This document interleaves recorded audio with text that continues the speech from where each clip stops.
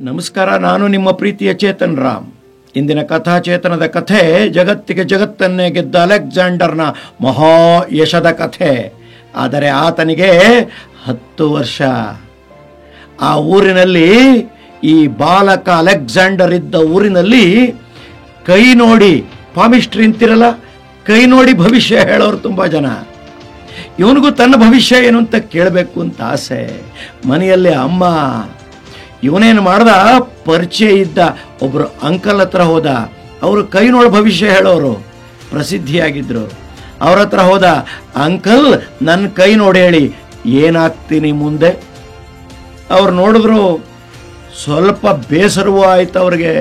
ಅವ್ರು ಹೇಳಿದ್ರು, ಅಯ್ಯಯ್ಯೋ, ನಿನ್ನ ಕೈನಲ್ಲಿ ಒಂದು ರೇಖೆ ಇದೆ, ಅದು ಅರ್ಧಕ್ಕೆ ಕಟ್ಟಾಗಿ ಹೋಗಿದೆ. ಅದೇನಾದರೂ ಇನ್ನು ಸ್ವಲ್ಪ ಮುಂದೆ ಹೋಗಿ ಗೆರೆ ಸ್ವಲ್ಪ ಬಲಕ್ಕೆ ತಿರುಗಿಬಿಟ್ಟಿದ್ದಿದ್ದರೆ ನೀನು ಈ ಪ್ರಪಂಚದ ಮಹಾ ಚಕ್ರವರ್ತಿ ಆಗಿಬಿಡ್ತಿದ್ದೆ. ಆದರೆ ಕಟ್ಟಾಗ್ಬಿಟ್ಟಿದೆ ರೇಖೆ, ನೀನೇನೂ ಆಗಲ್ಲ, ಅಂಥ ದೊಡ್ಡ ಮನುಷ್ಯ ಏನಾಗಲ್ಲ, ಆದರೂ ಚೆನ್ನಾಗಿರ್ತೀಯ, ಹೋಗು ಹೋಗು. ಇವನಿಗೇನು ಅನ್ನಿಸ್ತೋ ಏನೋ, ಓಡಿ ಬಂದ. ಅಮ್ಮ ಮನೆಯ ವರಾಂಡದಲ್ಲಿ ಕೂತಿದ್ರು. ಅಮ್ಮನಿಗೆ ಹೇಳ್ದ, ಅಮ್ಮ ಅವರು ಅಂಕಲ್ಲು ಹೀಗಂದ್ರು, ಒಂದು ರೇಖೆ ಅರ್ಧಕ್ಕೆ ಕಟ್ಟಾಯ್ತಂತೆ, ಅದು ಕಟ್ಟಾಗದೆ ಇದ್ದಿದ್ದಿದ್ರೆ ನಾನು ಚಕ್ರವರ್ತಿ ಆಗ್ತಿದ್ದಂತೆ. ಹೌದೇನಮ್ಮ? ಬಾಲಕ ಅಲೆಕ್ಸಾಂಡರ್ ಮುಗ್ಧನಾಗಿ ಕೇಳ್ತಾನೆ.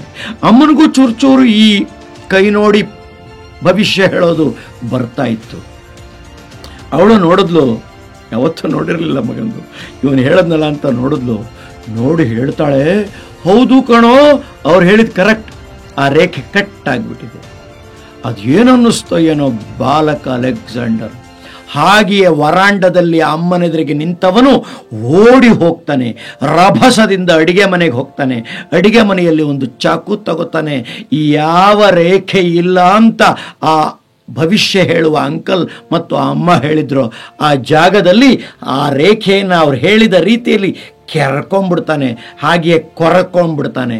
ಹೀಗೆ ಕೊರೆದ ತಾನೇ ಬರೆದುಕೊಂಡ ಆ ಕತ್ತಿಯಿಂದ ಎಳ್ಕೊಂಡಲ್ಲ ಚಾಕುವಿನಿಂದ, ಅಲ್ಲಿ ಬೆಳ ಬೆಳ ಬೆಳ ಬೆಳ ಬೆಳ ರಕ್ತ ಬರ್ತಾ ಇದೆ.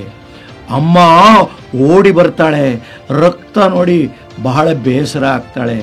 ಎಂಥ ಕೆಲಸ ಮಾಡ್ಕೊಂಡ್ಬಿಟ್ಟು ಅಂತ ಬಟ್ಟೆ ಕಟ್ತಾಳೆ, ಬ್ಯಾಂಡೇಜ್ ಹಾಕ್ತಾಳೆ.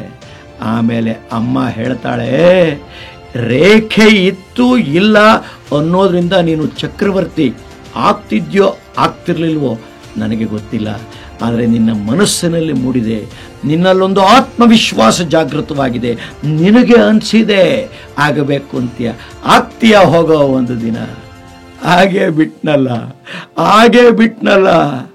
ಯಾರೂ ಹಣೆಯ ಮೇಲೆ ಬರೆದಿರುವುದಿಲ್ಲ, ಯಾವ ಕೈನಲ್ಲೂ ರೇಖೆ ಇರುವುದಿಲ್ಲ, ಇರುವ ರೇಖೆಗಳು ನಮ್ಮನ್ನು ತಿಳಿಸುವುದಿಲ್ಲ, ನಮ್ಮ ಗುರಿಯನ್ನು ಸ್ಪರ್ಧೆಗೆ ಅಣಿ ಮಾಡುವುದಿಲ್ಲ.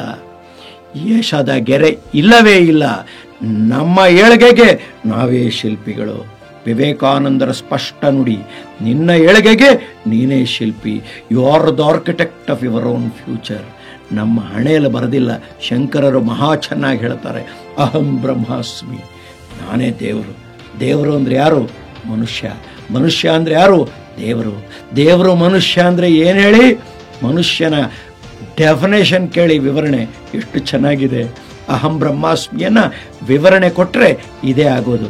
ಮನುಷ್ಯನ ವಿವರಣೆ ಕೇಳಿ, ಏನನ್ನಾದರೂ ಅಂದುಕೊಳ್ಳುವ, ಏನನ್ನಾದರೂ ಮಾಡುವ, ಏನಾದರೂ ಆಗುವ ಜಗತ್ತಿನ ಏಕೈಕ ಜೀವಿ, ಶಕ್ತಿ, ಧಿಶಕ್ತಿ ಮನುಷ್ಯಂದು.